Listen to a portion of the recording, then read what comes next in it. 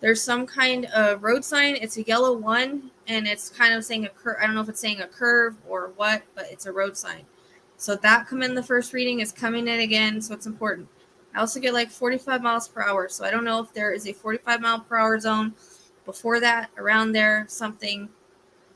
But also getting the back of my neck hurting. So I'm starting to think she's not in water, and that was one thing I was trying to see. Because when I first got it, it wasn't very clear. And then when I did the reading before, I kept seeing the deer, but I didn't really see where she went. And it felt like that she might have flown into water. But in my Chrissy reading, I kept getting an accident of someone going off the road and being like this down in the trees. And I was kind of getting that feeling again. So, it's that kind of accident I was seeing. And I do always get information before in other readings. So that's where my interconnects come in. And Chrissy, because she just showed me that she was in a car and I got medical stuff, but I couldn't see anything around her. I think she was just telling me she's in the car or whatever. And I had a dream she was going to be found. So there wasn't really much else. So that's when other things came in. And since I get information before I ever work on a case, I'm wondering if that's why I was getting this. And then I got it like, a day or so before Kylie went missing. So, but the closer I get to this, the more anxiety I get. Like the closer I get to this, like what happened. So again, I get this vision with the buck in the roadway. Lights hit it, and it feels like her eyes closed for a split second, and then like they close for a split second, and then they open, and then the lights hit this buck, and then the lights go off because I'm swerved. And she swerves and tries to miss the deer and loses control.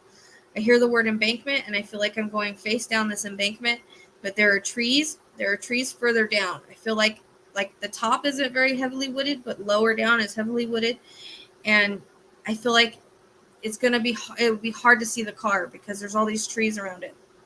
I get a creek below me or some kind of flowing water, and then a pond to my right, if I'm facing down this embankment. And I keep getting that 5. So I think it has something to do maybe within 5 miles. Pretty good with my mileage sometimes. I mean, Riker, I said within 3 miles, and he was 2.4 miles. So it feels important. So it kind of feels like she hit the big trees like further down, which again is what I got in the prior reading, but it's at the bottom.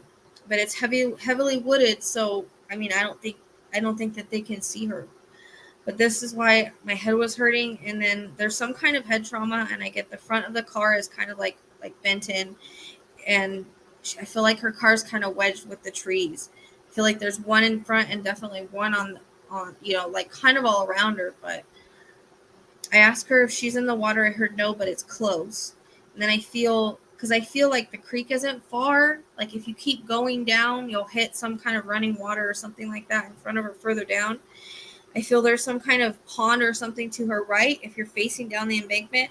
And I keep seeing a ton of like trees like covering her. Like if the helicopters flew over, they wouldn't see her. And there's a reference to my chest area, and I feel bruised.